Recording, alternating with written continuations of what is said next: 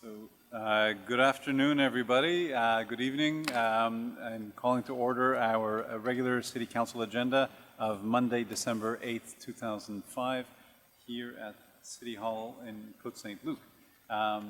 Pleased to have with me all of my fellow City Councilors, Jamie Fabian, Andy Schuster, Oren Sabag, Lior Azarad, Sidney Benizri, Mitch Kujawski, Stephen Erdely, and Mike Cohen, as well as Jonathan Schechter, our Director General, and Florine Abonigu she's our Assistant City Clerk. And thank you very much for being here. I also have to thank our VCOPs for their diligent service and protective services that they offer the Council. So thank you very much. And calling to order the meeting, we're going to start with the question period rules. Le conseil municipal de Côte Saint-Luc permet aux résidents et aux non-résidents de poser des questions au maire lors des séances du conseil, en français ou en anglais. Pour poser une question en personne, vous devez remplir un formulaire pour la période de questions. Lorsque votre nom est appelé, présentez-vous au micro et indiquez votre nom ainsi que votre adresse. Vous pouvez poser une seule question et une question de suivi, pour un maximum de 3 minutes. Vous pouvez aussi poser une question durant la deuxième période de questions, vers la fin de la séance, mais celle-ci doit porter sur un sujet inscrit à l'ordre du jour.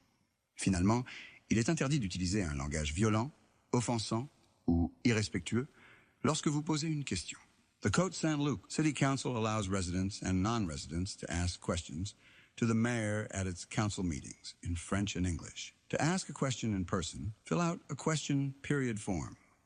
When your name is called, come to the microphone and state your name and address. You can ask one question and one follow-up question in up to 3 minutes.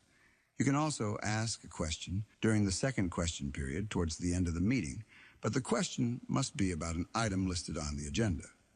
Finally, you are not permitted to use violent, offensive, or disrespectful language when asking a question. Thank you very much. I realized my mic wasn't on, but I don't know if anyone had heard everything. We were good? Perfect. So having that, we're at our adoption of the agenda for the meeting. So Councillor Azarad. Thank you, Mr. Mayor. Be it resolved that the Côte Saint-Luc City Council hereby adopts the agenda for the meeting of December 8th, 2025 as submitted. Conseil Sidney, second. Tout en faveur? Aucune objection? Merci. Et maintenant, on passe à la question la période de questions. We're moving on to question period. So, Darryl, do we have any questions? No? Oh, we didn't get any formal questions. Does anyone have, if you have a question, sir, please come to just state your name. Please, yeah.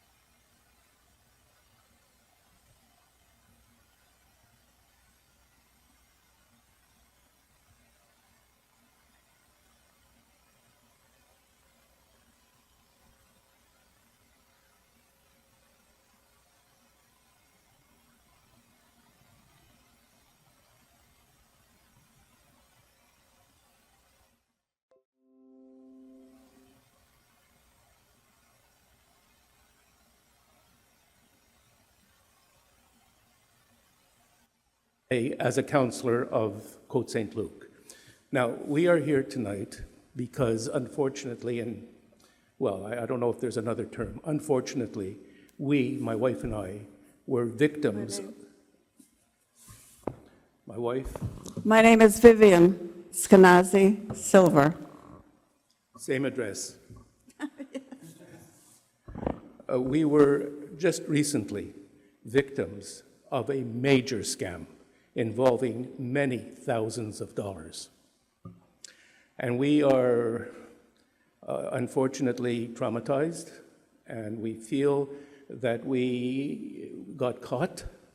And ironically, I serve on a committee at the Cummings Center for Seniors for Frauds and Scams. I am a professional oncology social worker, almost 20 years at the Jewish General Hospital. I would have known exactly what to say and what to do if I had a patient in front of me or a client in front of me who had received a call which was a scam. I would have been able to direct them to safety.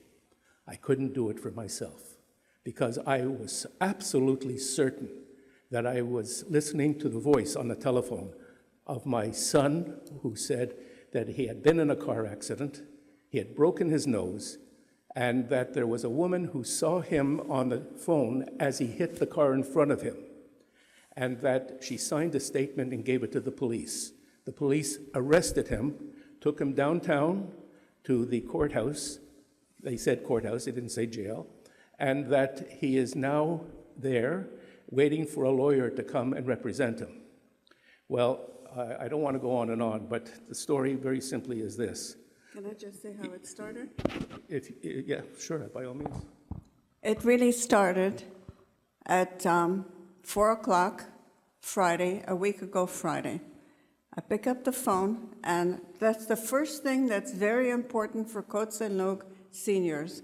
When it says private, do not take the call. It said private, and that was unusual for my son because his name would have appeared. But I did take the call, and it said, "Mom, yes, I've been in a car accident, and I'm now at the courthouse or whatever. He's arrested. I'm arrested." And I said, "Johnny," and he said, I said, "You sound different." He said, "My nose is broken." So at that point, as a mother, shaking, I just gave the phone over to Brahms, and he took it from there. And so we were told by the so-called lawyer, his name, he identified himself as Eric Sutton, absolutely a false name, because the police had his name in their computer that he had done the same thing 3 or 4 days earlier to somebody else. And he identified himself as a lawyer who was going to represent my son, and he told me that my son has a chance to have a criminal record, and that the woman who was driving the car in front of him that he allegedly hit was taken to the hospital. She was in an induced coma, and he made it very clear to us that if she dies, my son will be up for manslaughter. Well, at that point, I was no longer a professional oncology social worker. I was a father, and I had to get my son out of jail. I had to get my son back. The rest of the story is we fell into a trap, and it involved, as I said, many thousands of dollars. I'm terribly sorry for what's happened to you. It's happened too often. Yeah. In my opinion, there's a very special place for the people that are performing these scams, and that's where they should go. The issue is that they're getting more and more sophisticated using AI voices. They're duping a lot of people. They do friends of mine as well, people that I know, business people, lawyers. They're getting increasingly, like I mentioned, sophisticated in these scams. Since we got the call from your son, we were developing a communications plan to really educate the public, the youth, so that they can educate their parents, the seniors, so they can understand what happens. But the key points are, and I agree with you, when they pass your stress threshold, your child is in danger, thinking goes out the window a little bit, and that's completely normal, and most of us would fall for it. But any urgent call for money needs to be really alarm bells. We need to hang up the phone, we need to call. Generally, it's one of our children, grandchildren, that they're saying is in trouble, and 10 times out of 10, you're going to contact your child and they're not in trouble and that everything's okay. But that's the education that we need to really understand and enforce. But we're going to be pushing this out to all the seniors' homes, all of our the clubs that we have, but also through various social media so that the general public is aware and they can educate their parents, their family members. Having a secret word is something that a lot of us have, but we don't use because we're just not used to it. But it's part of the training. It's part of what we need to get to, unfortunately. But we hear you, and I'm terribly sorry for what's happened. It's happened to a tremendous amount of people, and unfortunately, you're not alone in this. I don't think there's any embarrassment to be had, but certainly something that we're taking seriously, and we're going to be working towards educating the public and working with the police as well on these matters. Yes. I just want to make a couple of points. The criminal transgressed the parental barrier. He just knew exactly what to say and what to. And also, you should know, council should know that we did make a police report. It's on record. There's a police report, and yeah, that's what I wanted to say. You did the right thing. And then we revised with our family now our code word. Perfect. We've changed my voice from the phone to just have A generic. whatever. By Bell Canada. By Bell Canada. The one thing that I did right, and there was only one thing, is I had the presence of mind because they told me, bring the money, the cash.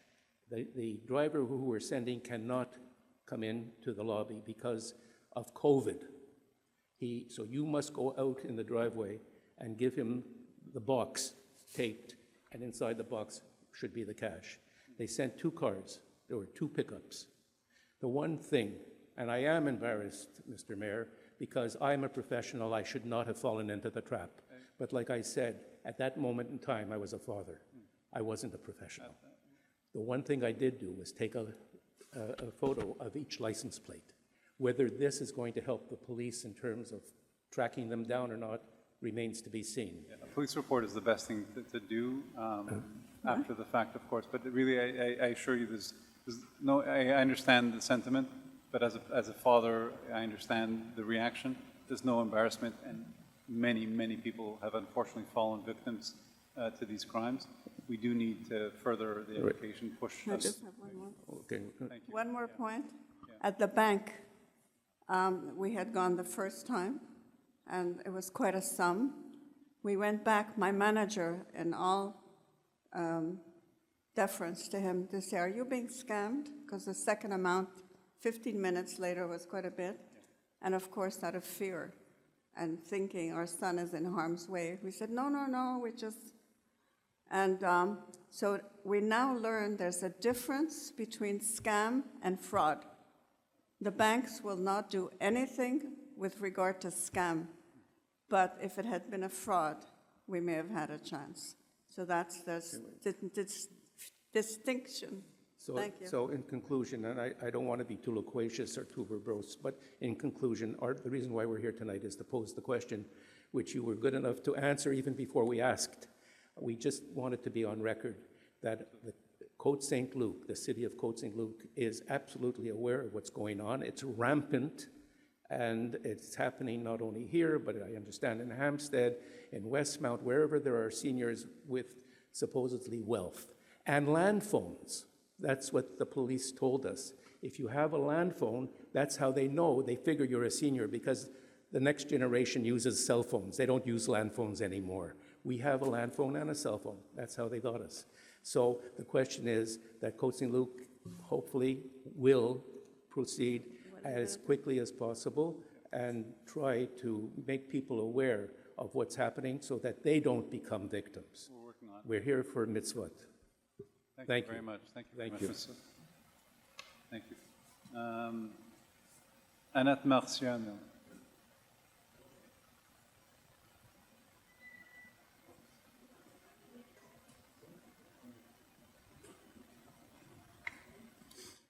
Hi, good evening. My name is Annette Marciano. I live on 5720 Cavendish. And I just wanted to say also to Mike Cohen for his blog, which I really appreciate. And I appreciate your role here as a city councilor. But tonight, I'm just going to appreciate your role as a journalist, which I miss hearing and reading good articles. So please keep up the blog. It keeps me aware of what's going on in our city and a little bit in the vicinities of our city. And I've taken up some of your visits myself just to follow up. That's number one. Number two, for a while now, we've been speaking about bluebonnets and the Cavendish extension. And there was a video about it also. And we're all very excited to hear that there's progress and that there's negotiations. I just wanted to know if there's any updates. You meant the Cavendish extension? Cavendish extension. On the Cavendish extension, I've had very preliminary discussions with Soraya from the mayor of Montreal and with Ellen D'Souza from Saint Laurent.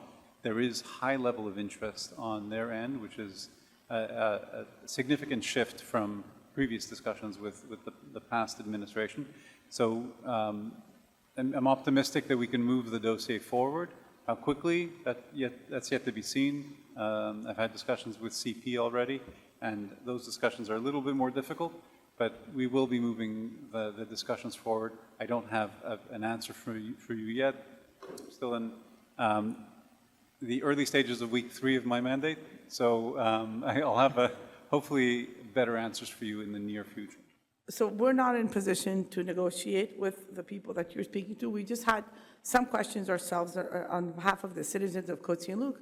We wanted to have specific answers because we cannot be in your negotiating table. We wanted to know what specifically is the holdup of who would refuse horses to have the priority and citizens to not be able to cross the road. We wanted to have the specific answer to this question. I'm not sure I understand the question. The specific answer to what? So for a while now, we're trying to negotiate and have the bluebonnets, the extension of Cavendish. Okay. And it's some of the holdup, it comes from the bluebonnet field. No, the holdup, it was political. Montreal didn't want it for various reasons. So it was purely political, finding the money, finding the best route. We have to have agreements. It's Saint Laurent, TMR, Montreal, Côte Saint-Luc, NDG's even involved. So we need to have the provincial government involved. We need to have CP involved. There's a federal government involvement at some point. So we need to have a collective agreement that this is necessary for Côte Saint-Luc. Côte Saint-Luc needs to ensure that it's in the best interest of Côte Saint-Luc, that we're not bringing issues of security or traffic into Côte Saint-Luc. So there's a negotiation and a discussion that needs to be had. What I assure you is all of our information, that whatever we receive will be made public as we get it. But I also I'm highly confident that we're going to have very positive discussions in the next year, and the result of those discussions will be made public. Thank you. Thank you very much. Thank you. Norm Sabin. Welcome, Norm. Thank you.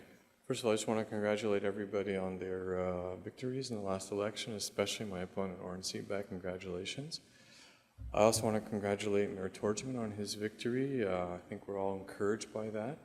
We all appreciate his experience, his intelligence, his professionalism, his politeness as well. So I just want to say I'm personally very encouraged. Anything I can do to help you, you can always call on me. You know, my big beef is traffic, as you know, and I just wanted to relate my latest traffic complaints on Fleet. I'd say for the last 6 weeks, I don't know if you've had this experience, but I drive along Fleet and I get a red light at Randall, another red light at Pinedale, I get another red light at Netherwood, and finally another red light at Queen Mary. It's like 4 out of 4 red lights, so I don't know And if you get stuck in traffic, so it's... Yeah, I mean, you know, I don't find it really acceptable from a traffic flow point of view. From the environmental point of view, it's also very unacceptable. It was better at the start of the campaign, actually, because on my website I had made mention of the fact that the synchronization was better. It was green, green, red, green, but now it's like green, red, green, red. It doesn't work eastbound. It works a little bit better westbound, but, you know, we have to have it work in both directions. We have a new mayor, we have a new team. You know, we have to fix it. I don't know if it's just an electrical malfunction or whatnot, but, you know, I want to get where I'm going as quickly as possible, as safely as possible. I want to protect the environment. I think we've got to do something better than what we have now on Fleet. You know, I know you have to work with Hampstead, But the problem seems to be more on the Côte Saint-Luc side this time around. So I don't know if your traffic engineer is aware of the problem or if he's working on it. But, you know, David, you're a civil engineer. I'm sure you appreciate, you know, how we can fix these problems. But I think we can do better, not just on Fleet, but on Cavendish too. It's just, you know, it's a lot of red lights, it's a lot of pollution, a lot of speeding, a lot of people trying to make the green light that just aren't going to get there, and they floor it, and it's not safe, you know. So I'm just here to sort of present the problem and see what you know, what you think about it, if it's of a concern, and, you know, what you'd plan to do about it. So, thank you very much, Norm. Thank you for bringing it up. We're going to speak to the engineering about Fleet specifically, if there's a particular issue happening right now. But one thing that has been brought to council by some of the councillors, and something that I've had the experience with in the past, is these AI models that use LiDARs to have an indication as to pedestrians, bicyclists, cars, trucks, speed, and these AI systems control all of that. And maximize flow and ensure safety. So if a pedestrian is coming up to a red light and there's only one pedestrian, they give them time to cross. If there's no traffic in the other direction, then it's a constant green light with an occasional red to just check the system. But there are AI systems that are combined with, like I mentioned, LiDAR cameras that we're looking into right now. The rollout is something that we have to see in terms of cost and how quickly we can do it. My ideal scenario would be we'd focus first on Cavendish. That's where we have our biggest issues. The level of satisfaction of drivers would shoot up because they wouldn't be waiting if there's no cross traffic, and we'd ensure that pedestrians make it across in a safe manner. So we're looking collectively, and the council's, you know, like I mentioned, brought this up even before I came on. And so I'm looking forward to pushing these projects forward. Yeah, they sound expensive. It sounds like they're going to cost a few bucks, but I think in the short term we can still do better, and we were doing better September, October on Fleet. I think we had a better pattern, but now it's kind of all been messed up, and no, I don't think it's... We'll look into that. I don't know if that's a result of the construction that was on Fleet. I don't know if that... We'll check it. That's all I can. Okay. Thank you. Thank you very much. I appreciate it. Jacob Munn.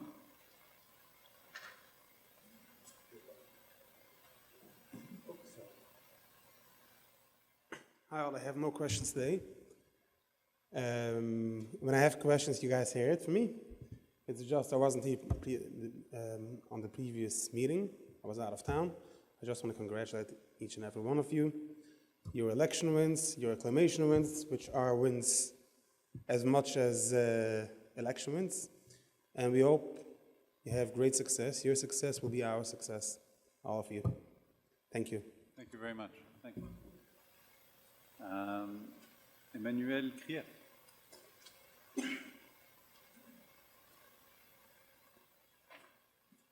Hello, good evening panel. My name is Emmanuel. I'm 15 years old and I'm currently in grade 10. Now, just a little bit about myself. I'm a resident in District 3 and I'm a babysitter for kids in Côte Saint-Luc. I'm also a tutor and I volunteer to provide support for seniors. Now, I'm here tonight because I wish that the city considers its youth and teens when making decisions and planning for our future.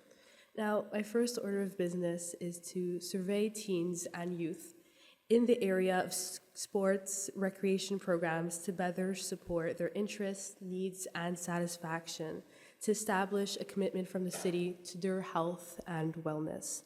Now, part of my duties is to bring my little ones to the parks and to keep them busy.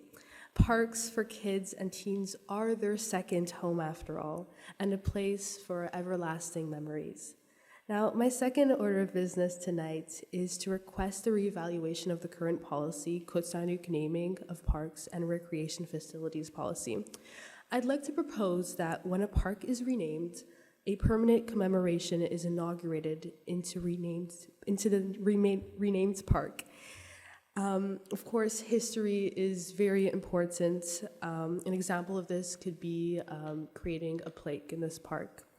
Now, as stated in the CSL policy, the first criteria states that in honor of a person who has directly impacted the lives of Côte Saint-Luc residents through outstanding service to the community, extensive volunteer work in the city, leadership in a religious or community institution or organization. Now, I am asking to review the naming of parks and recreation facility policies, including renaming. The city needs to consider updating the current policy to include the renaming of the park, since Park Joshua Ezekiel Alexander Park was renamed on July 11th, 2022. Looking at other cities' policies, I've discovered criteria that should be included in reevaluating our own city's policy. For example, LaSalle's policy states direct relationship between the place of residence of the person with park and open space, which of course corresponds to Park Joshua Alexander. It also states that contribution of the person to public life and well-being, and the name is reflective of community values. Thank you so much. So proud to propose. Thank you so much, Emmanuel. I appreciate your question. You can have a follow-up if you want. So first of all, I have to say, I love the fact that you're involved. We need to see more youth. Yes, we need to see more youth involved in these meetings. So if we can get that commitment from more youth and get more youth involvement, I absolutely encourage it, and I hope that we'll continue to see you at council meetings. In terms of parks and recreation is important. We need to do things better, service our future even better. So it's something that I'm committed to. I know that the council is also committed to doing that. So we're going to be focusing a lot of our efforts on ensuring that we do things better. In terms of the park naming, we've come a long way from elected officials naming parks after themselves, and we have established guidelines, but we can do better. I believe we can, and I think the public space naming policy will continue to improve. It's something that we're going to look at and see how we can do things better. Alexander Look Park is appropriately named for really a young hero that we lost on October 7th. And I look forward to having names park names and other names for buildings that are after people that have contributed significantly, of course, in various ways. So, we do look forward to continuing to improve the park naming policy, and it's not only parks, it's buildings and everything that we do name. And we have somebody named after we have a park named after your grandfather. So, grandfather. And he contributed to Côte Saint-Luc life, and rightfully so. So we appreciate that. Thank you very much. Thank you so much. Thank you. And the last one that I have is Ariel Kinkler.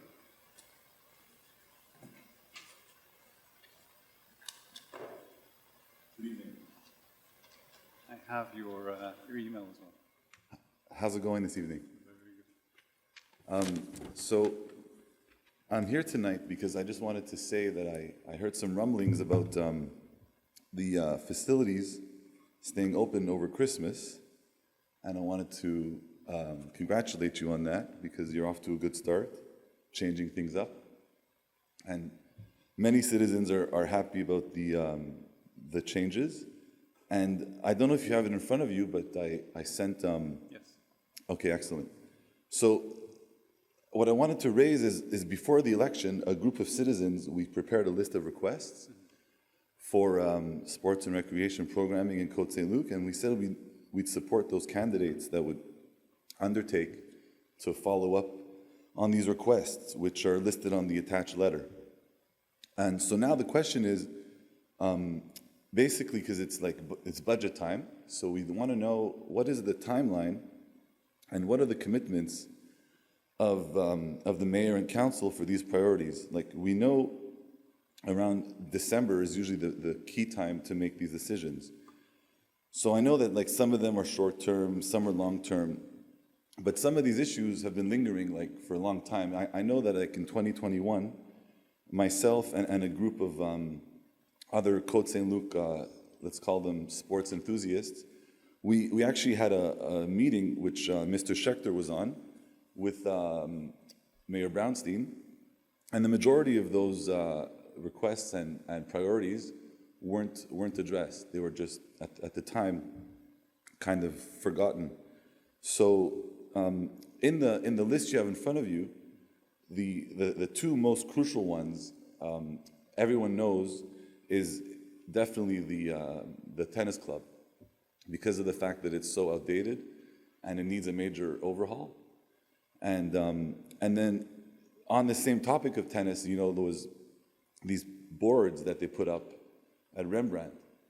And for 3 summers now, the plan was to have the ability to sign in online to reserve a court. And what we saw was just the installation of the panels, and then it was a free-for-all. Like you would show up there, and you'd have to call the club to say I have a court reserved. There'd be practically fist fights. It was very much out of control. And you look at other cities, you see how advanced they are with their technology, and so the steps are there, but there's no final execution to carry it out. Even if you look at Caldwell, Caldwell has great potential for summer camps, but there's no toilets. There's no trailers there for the kids to go in short order. You could add cabanas there. There's a lot of potential there. Côte Saint-Luc in general just has so much potential, and it's not fully achieved. But you see all the highlights there in the list. But the tennis club is the top priority, because there's a lot of work that has to be done there. I hear you. Yeah. And I appreciate you coming. Ariel, I have your list. So one minor correction is I didn't promise any openings over Christmas and New Year's. What I've done is I did ask the question, because I'm interested in seeing if we can do it, if we can remain open. So that's something that I'm having staff explore. I have to bring it back to council, and we're going to have to discuss it. There is a budget implication there, so we have to just quickly see. I also want to see participation. If we're going to have 2 people over Christmas, it may not be worth opening. We have to be reasonable about how we spend the city's funds. To your questions, I think a meeting is going to be important. I want to do a deeper dive. We have a very lengthy and detailed email from you, but I want to do a deeper dive with you and any partners you have. The Côte Saint-Luc tennis courts is on the radar. I want to do things with this council in innovative ways, in different ways, not in the same ways that things have been done in the past. And I think there are partners that we have in the community that can be great partners in moving things forward in a different way.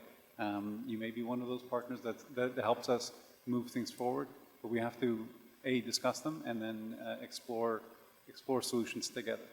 So I look forward to having that discussion with you, going through this your email, and again, I appreciate your questions. I don't know if you have a follow-up to that? No, it's okay. Okay. Thanks. Well, thank you very much, Eric. Thank you. I have one, there's no other public questions? Oh, we do have one more? So, okay, so Michaela, you can just come up if you don't have to sign it. It's fine. Just say you.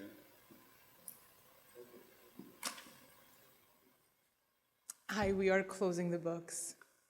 So, Yeah, just for the record, just state. yes, for the record, Michaela Etienne, District 3. Good evening.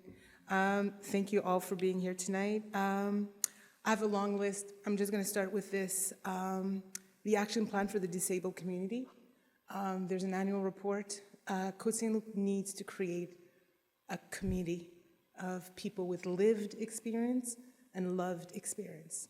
We cannot analyze, foresee, design without people who are directly impacted. And I would like to have a commitment for 2026 for the city to be able to explore inclusion and access in every single area. They're hard conversations, but everybody in this room, we don't know what our future is with our families, with our loved ones, with ourselves, and special needs, they can happen overnight. On that topic, I brought the matter forward through the proper channels, had discussions with city managers. I have also a request for the city council that's going to be taking a public safety portfolio to explore the administration of Baqsimi. Baqsimi is a nasal spray that's given for people living with type 1 diabetes who are in severe hypoglycemia, seizure, loss of consciousness. So for individuals who are known and who carry upon themselves the Baqsimi spray, to have the authority from the city for trained staff, first responders, anybody with first aid training to be able to administer this nasal spray. Urgence Santé has been doing it since 2023, so I'd like a review of that. Thank you.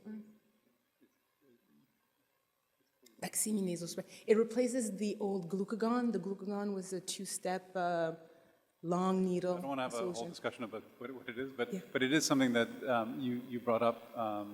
We will have a discussion with the staff and the portfolio council, and we're going to look into that. If it's an option, there's obviously a whole protocol that has to be followed.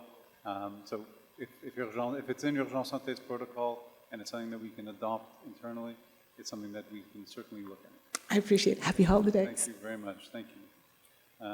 And having no other public questions, I'll just read out one question we have from Josh Miller. Dear Mayor Torgman, on September 26th, you posted a video to Facebook from Kerwin Park. You pointed to a bench and said, quote, that bench cost taxpayers $12,000. This one that I'm sitting on cost you $12,000. However, a news report on page 820 of this week's December 3rd Suburban states that the benches you were sitting on did not cost $12,000. It only cost $4,000. All the benches you pointed at cost $4,000. Here's my question. Assuming the Suburban article is correct and you've had to do it over again, would you have checked with your city councilor to double check the facts before posting the video? So what I want to clarify is I did in fact make an error. The benches weren't $12,000, they were $12,500 in the tender that was accepted by the City Council. So the facts remain that there were 4 benches in the tender accepted by the Council for which I voted against that cost $12,500. Where the money went after, if the benches weren't purchased, the full project was spent and the contingency as well. So I don't know where the money went specifically from these benches. If these benches were canceled, money was reallocated within the project and the full amount of the project was spent and contingency. So yeah, the only error was that it was $12,500 and not $12,000. There were benches at $4,000 as well in the park. I've purchased these benches when I was the Director of Public Works. They cost about $1,500 when you buy them individually. So we can continue to talk about this. It's a project of the past. We have to move forward. It's a great park that was built, and I think we just need to move forward, enjoy the park, and just continue to do things better in the future. So on that, seeing no other comments, we'll move to the approval of the minutes. So, Councillor Fabian.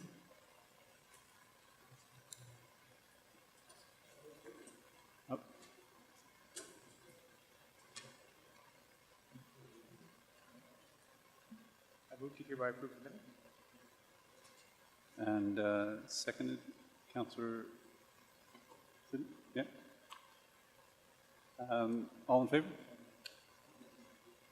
Okay, so moved. And moving on to business monthly department reports and council report and council reports. Councillor Cohen. Yes, I so move, Mr. Mayor, that the monthly department reports from A to I be approved as presented. Thank you, Councillor Cohen. Seconded, Councillor Schuster. Any comments? Councillor Cohen. Yes, Mr. Mayor, I want to thank the Silvers for coming and showing a public face to a problem which, by the way, many of us are aware of around the table from people we know, members of our family. I feel for what you went through. I spoke to your son, communicated with you by email, and between the mayor and I think all of us, we're going to get the message out to as many people as possible. I was waiting for the mayor tonight to announce what our strategy is, and I will certainly play my role with the media platforms that I have to get the word out. So thank you, because a lot of people have this happen and they don't want to go public with it. I also wanted to just do a follow-up from our last meeting where we did a resolution about Bill 2, which is about to destroy our healthcare system forever. I did call our Liberal MNA to ask what the opposition party is doing, but it seems they're only doing one thing, and that's responding to the daily edition of Le Journal de Montréal with headlines about their leader. So I think we need to carry on and continue to get as many municipalities as possible. And Mr. Mayor, I'm just wondering whether our resolution has gone to the Union of Quebec Municipalities, because I would like to see that resolution read by people in Trois-Rivières and Shawinigan and Drummondville and Lac-Saint-Jean, where their health system is being massacred because they're the only voices that the CAQ government listens to.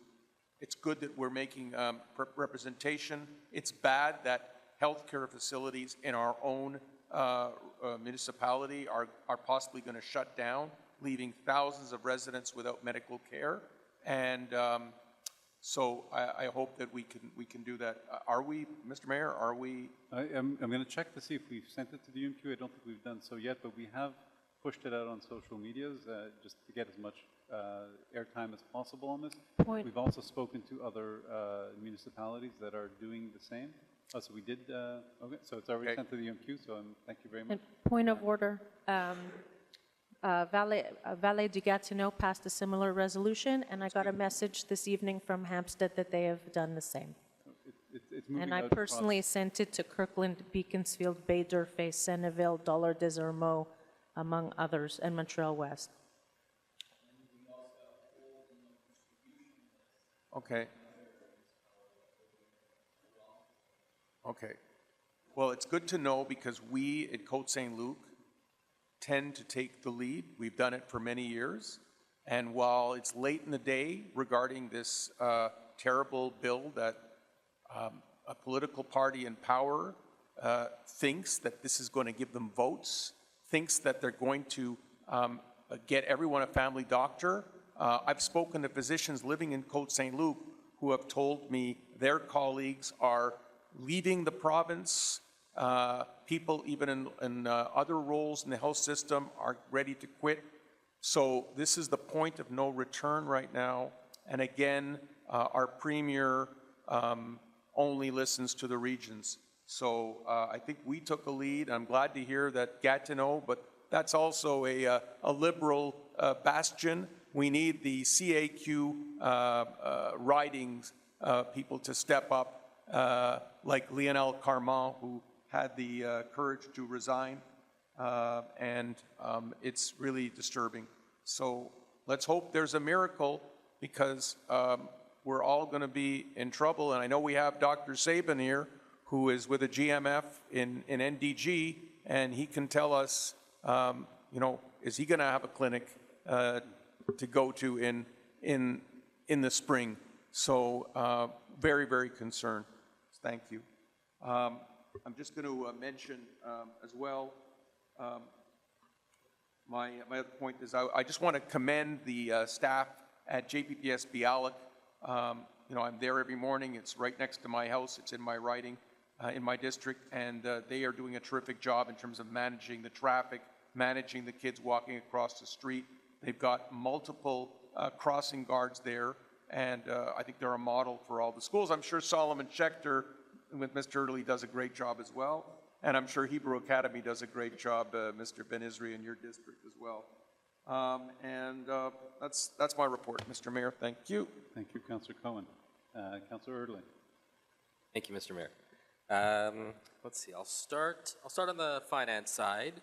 As I mentioned previously, in the last month, the city this year has been lucky in terms of transfer duties or welcome taxes. There were two apartment building complexes that sold recently. So we are at about $12 billion in transfer duties for the year. The original budget was $3 million. So we're looking potentially at about a $9 million surplus. Now, this isn't something that we can guarantee every year. The previous year, we were about $3 million, $3-4 million in terms of transfer duties. But I'll have more to report on this, of course, in terms of the end-of-year results when we get the audited financial statements in early 2026. In terms of the budget for 2026, I want to share the timeline. Normally, it's around now we present the budget, and we would adopt it before we go on winter break. When there's an election, and especially when there's a new mayor in Montreal, things are delayed. So we still don't have our apportionment for the Côte Par, or for the agglomeration. So which means what most likely will happen, and this is subject to change, but right now it looks like on Wednesday, December 17th, we'll have a special meeting, and at that point we'll adopt the capital budget, which is the budget for large projects, renovations to parks and vehicle purchases and so on. So that will be adopted on the 17th, and we'll present what will be a draft budget, and that budget most likely will be adopted on January 5th, on the first Monday back. Assuming, again, things go well in terms of the agglomeration, we're hopefully going to hear around the 17th what our number is. So if it is in line with where we are predicting, all should be good. If there are issues, it may have to be delayed, but I would say stay tuned, I guess, to our social media handles and website, and we'll have more information. But again, tentatively December 17th for presentation of the budget and adoption of the capital, and January 5th for the operating. On the environmental side, in February of 2026, we'll be launching organic waste in all townhouses. So right now there are some townhouse complexes that have and some don't.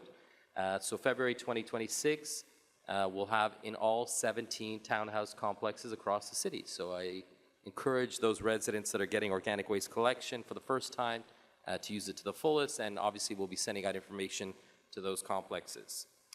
In terms of VCOP, I want to share, in the month of November, we had 337 hours of volunteer work from our VCOP volunteers. We're very lucky to have them.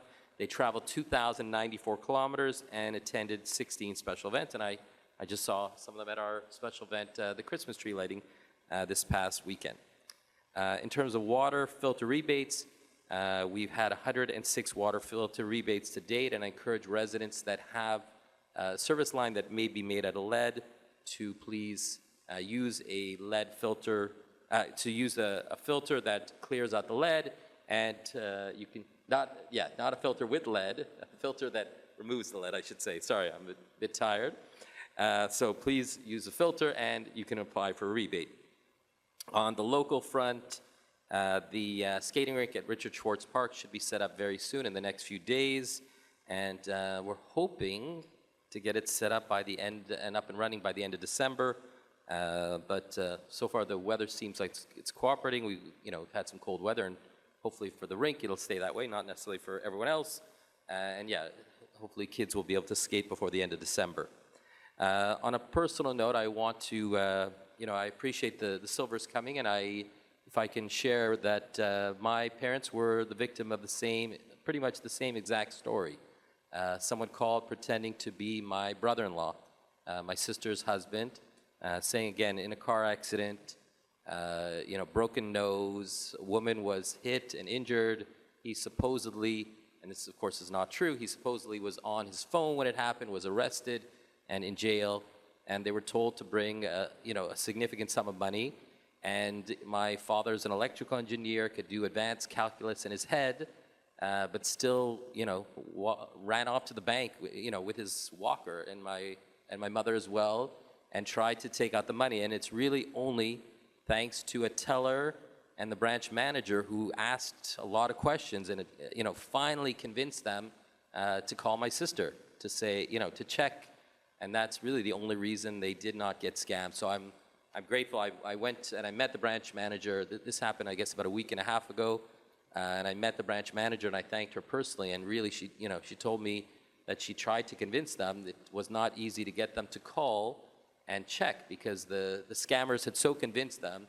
And I'll just add, I met with them that night, and they still believe the story, even though I tried telling them. It was only when they actually spoke to my brother-in-law that they realized, oh, he didn't actually get into an accident, and he was okay. So the point is the scammers are getting better and better, and we have to do more, and I appreciate the mayor's initiative, and I will be part of this, this task as well to try to get the message out to our senior citizens and people my age who can hopefully help their parents and I would say for the young ones to help their grandparents to try to avoid being scammed, because the scammers are only getting better and better. So with that, I'll pause and pass on the microphone to someone else. Thank you, Mr. Mayor.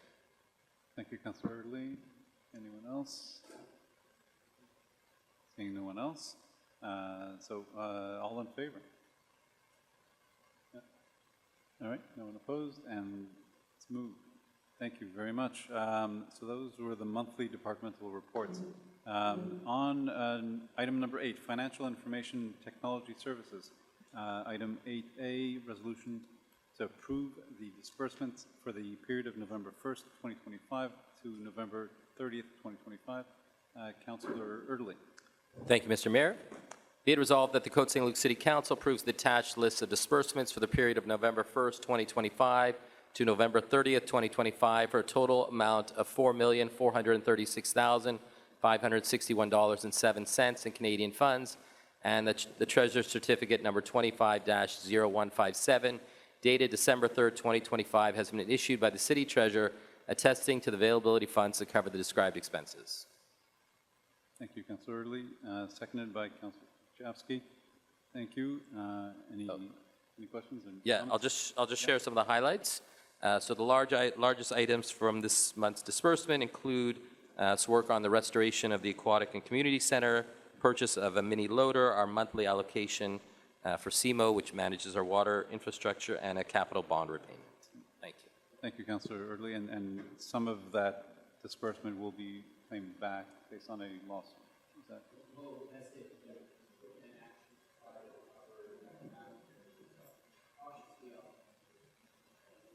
So with you as the quarterback, Mr. Schechter, I'm sure we'll do well. So all in favor? No one opposed, and so moved. 8B, renewal of the agreement of PG Solutions for the supply of software licenses and support services. Councillor Kujawski. Thank you, Mr. Mayor.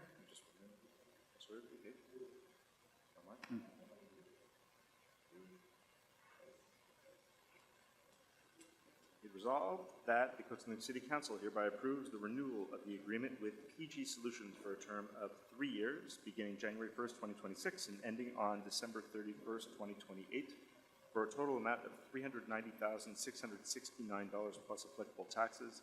That treasurer's certificates will be issued at the beginning of each year of the term to attest to the availability of funds to cover this expense. That the city treasurer is hereby authorized to sign any document giving effect to this renewal. Thank you. Seconded. Councillor Sabag. All in favor? Thank you very much. And moved. 8C, renewal of the agreement with ADP for a unified software solution for human resources and payroll services. Councillor Schuster. Thank you, Mr. Mayor.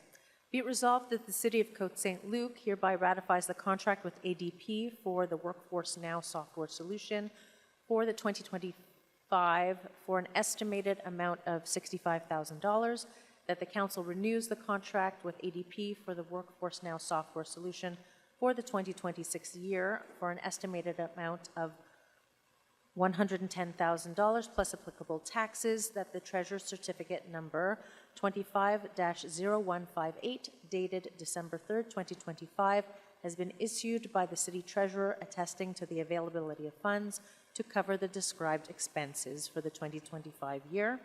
That a Treasurer's Certificate will be issued by the City Treasurer in January 2026, attesting to the availability of funds to cover the described expenses for the 2026 year. Thank you. Seconded, Councillor Fabian. Any discussion? Just a brief explanation that ADP software replaces 3 previous softwares into a unified HR software solution for recruitment, payroll, etc. We've had net savings this year, and we're going to be saving on efficiency in future years. So I think it's a great move. So all in favor? Thank you. Passed. 8D, a renewal of the agreement with Amelia Smart Rec for the recreation software licenses and support services. Councilor Kujawski. Thank you, Mr. Mayor. Be it resolved that the City of Côte Saint-Luc Council hereby renews the agreement with Amelia Enterprises, Inc. regarding the Amelia Smart Rec solution for a term of 5 years, starting January 1st, 2026 and ending December 31st, 2030, for a total estimated amount of $407,000 plus applicable taxes, that a treasurer's certificate will be issued at the beginning of each year of the term to attest to the availability of funds to cover this expense, that the city treasurer is hereby authorized to sign any document giving effect to this renewal. Thank you. Seconded, Councilor Denizri. Any discussion? Just briefly, so this is our new recreation software. If you've noticed the changes to the registration of for recreation programs and activities, so far, from what I'm hearing, very well received by the public. And if I may take a moment just to thank staff for all their hard work in implementing this this system. I know people work weekends, evenings, nights, well into the night. So thank you to them, and so far it seems to be paying dividends. So Better implementation in SecFlick does work. absolutely. So, all in favor? Unanimous. Thank you very much. And so move. 8E, awarding of the contract for Microsoft Data Center server licenses. Councilor Sebeck. 219.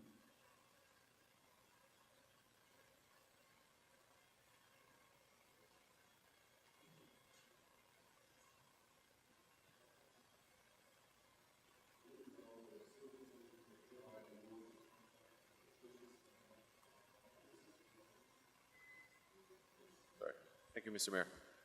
Be it resolved that the City of Côte Saint-Luc hereby awards a contract for the purchase of Microsoft operating system licenses for the city's data centers, servers for the amount of $51,558.82 plus applicable taxes, that the Treasurer Certificate number 25-0159 dated December 3rd, 2025 has been issued by the City Treasurer attesting to the availability of funds to cover the described expenses. Thank you, Councilor Sabag. Seconded, Councilor Benizzi? Yeah. All in favor? Moved with Councilor Cohen absent. Pardon? Yeah. And, okay, moving on to number 10 of the agenda, Human Resources. It's a title change of employee from Director of Finance to Treasurer and Director of Finance. Councilor Azaret. Thank you, Mr. Mayor. Be it resolved that the Côte Saint-Luc City Council declares the title change of Ana Maria D'Andrea from Director of Finance to Treasurer and Director of Finance effective January 1st, 2026. Thank you, Councilor Azaret. Seconded, Councilor Erdely. Just a quick comment on that, and that'll pass off the mic, but I just want to say that this is we've hired a new director now of finance. She'll be replacing our longtime treasurer, Angelo Marino, who's been with the city. I started working with him as a colleague some 20-odd years ago, and I appreciate his years of service to the city. He's been a terrific treasurer and has steered this city quite well financially, and I want to thank him for his years of service. He's staying on with the city in a different role, and so we're still going to have our hands on him for a little bit, but I did want to thank him personally. Any other comments? I'm just going to add that I think Ana Maria has taken off quite well. Great presentation recently for the budget, and I think that's also thanks to Angelo guiding her in the right way. Councilor Erdely. I'll just echo the comments of the mayor and Councilor Azaret to say I think we're both in good hands in terms of Director Marino and Director D'Andrea, and I also want to thank our city manager, Jonathan Schechter, of course, who is there to make sure the transition is a smooth one. Thank you. Absolutely. We do have a very good staff. Thank you. Thank you so much. So, all in favor? Thank you very much. And so, with Councillor Cohen absent, we have unanimous approval. 11A, tabling of the registry pursuant to bylaw 2579, entitled Bylaw 2579, readopting the Code of Ethics and the Code of Conduct for the elected municipal officers of the City of Côte Saint-Luc. So this is just a tabling. Councillor Benizzi. Oh, I apologize. Oh, okay. My fault. I'll give you something now. So, je fais le dépôt du registre en vertu du règlement 2579 réadoptant le code d'éthique et de déontologie pour les élus municipaux de la ville. Merci beaucoup. Alors, ça c'est juste, il faut qu'on enregistre. Si quelqu'un, non, je m'excuse. This is the registry for anyone receiving gifts, benefit. So,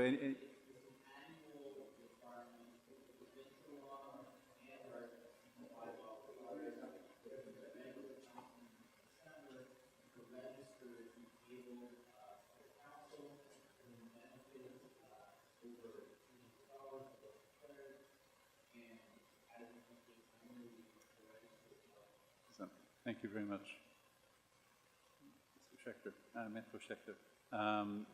11B, it's a draft bylaw 2655 entitled, to be entitled Bylaw 2655 concerning the tariffs for the City of Côte Saint-Luc for the fiscal year of 2026.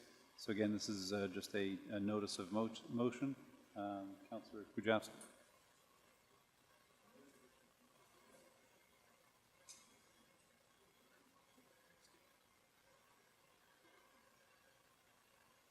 I hereby, sorry. Oh, no, I'm okay. Yeah. So I hereby give notice of motion for draft bylaw number 2655 to be entitled Bylaw number 2655 concerning tariffs for the City of Côte Saint-Luc for the fiscal year of 2026. I will table as well draft bylaw number 2655 to be entitled Bylaw number 2655 concerning tariffs for the City of Côte Saint-Luc for the fiscal year of 2026. Thank you, Councillor Kujawski. No comments? Okay. Now we move on to item number 14, amendment of the resolution regarding the contract for the purchase of tables and benches. Councillor Fabian. So sorry, maybe a point of order. Yeah. Maybe just to mention that 11C is withdrawn. Oh, I thought it was official. Okay. So yeah, we'll just say that it's withdrawn from the agenda, and the assistant city clerk will write that. Considering the all members of the council already disclosed and filed their perfect. That's perfect. Okay. Is that we're good? Yeah. Fantastic. Thank you. Thank you for that.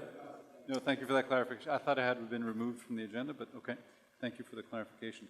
Okay, so now moving on to number 14 of the agenda, 14A, Councillor Fabian. Donc, pour les travaux publics, procédé par conseil territorial, que le conseil municipal de la ville de Côte Saint-Luc modifie par les présentes la résolution numéro 25080 afin d'indiquer que le montant du contrat octroyé à Traffic Displays pour l'achat de tables et de bancs est de 30 675,75 sous plus de taxes fiscales. Que le certificat révisé du trésorier numéro 25007 a été émis le 3 décembre 2025 par le trésorier de la ville pour attester de la disponibilité du fonds afin de couvrir les dépenses publiques. Merci, conseiller Fabienne. Secondé par conseiller Erdely. S'il vous plaît. So in effect, on August 11, 2025, the city adopted a resolution that, for a contract of $29,072.25 plus taxes for the Public Works Department to purchase the conventions. Due to a clerical error, the shipping costs were not included, so those shipping costs came up to about $1,600, and so now the new total comes up to the above-mentioned price of just over $30,000. Thank you, Councillor Fabian. All in favor? No opposed, and so moved. Thank you. And now moving on to urban development, urban planning.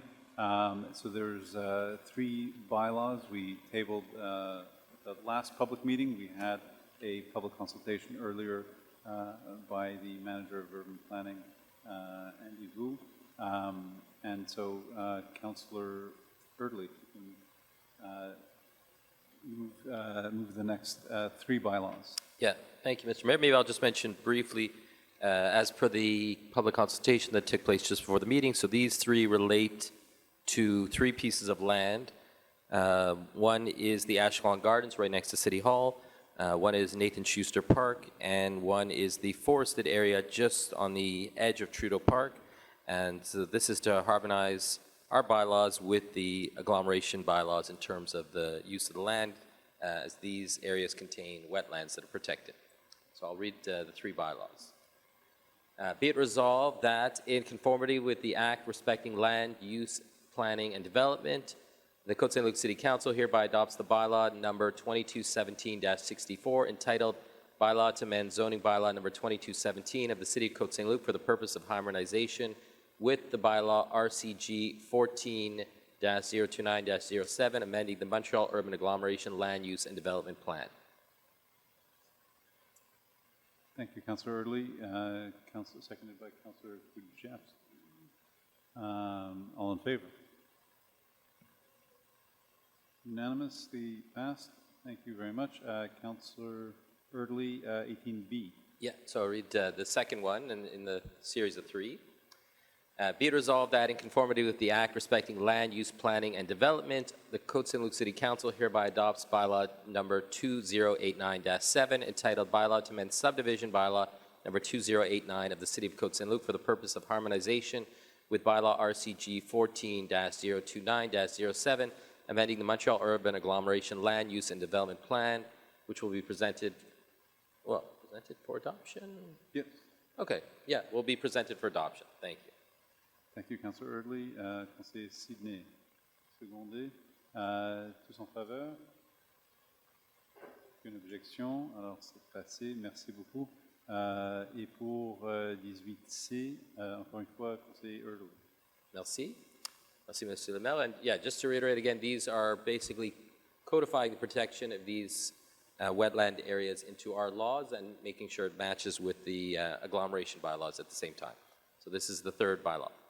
That in conformity with the Act respecting land use, planning, and development of the Côte Saint-Luc City Council, the Côte Saint-Luc City Council hereby adopts bylaw number 2593-3 entitled Bylaw to amend the construction bylaw number 2593 for the purpose of harmonization with bylaw RCG 14-029-07, amending the Montreal Urban Agglomeration Land Use and Development Plan.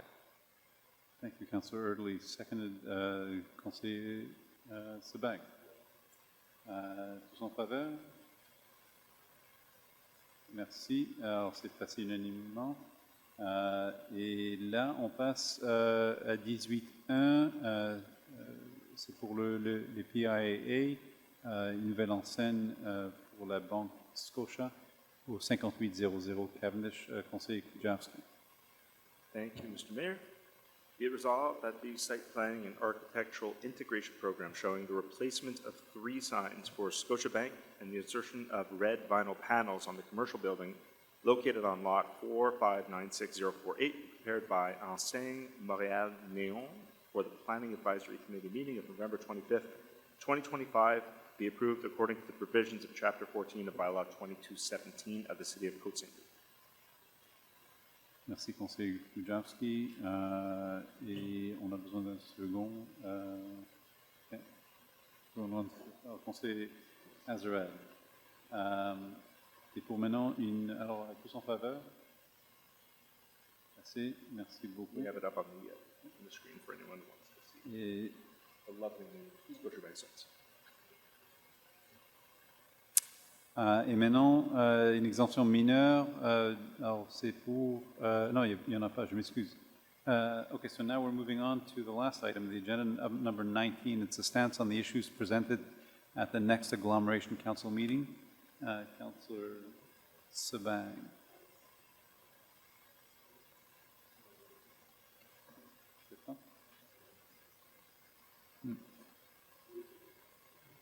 Thank you, Mr. Mayor. Be it resolved that the council take the following stance in view of any agglomeration council meeting to be held in January 2026 as follows: to authorize the mayor or his duly authorized replacement to make any decisions he deems necessary and in the best interest of the city of Côte Saint-Luc and its residents regarding the items on the agenda of the agglomeration council meeting to be held in January 2026 based on the information to be presented during those meetings. Thank you, Councillor Sabag, seconded by Councillor Kujawski. All in favor? And passed unanimously. Thank you very much. And now we are on to second question period. Are there any questions from the audience resulting from our discussions this evening? No? Wonderful. So with that, I'll call for a closing of the meeting. Can I have a mover? Move to adjourn. Councillor Schuster and seconded by Councillor Sabag. All in favor? Thank you very much, everybody. Thank you very much for attending. And,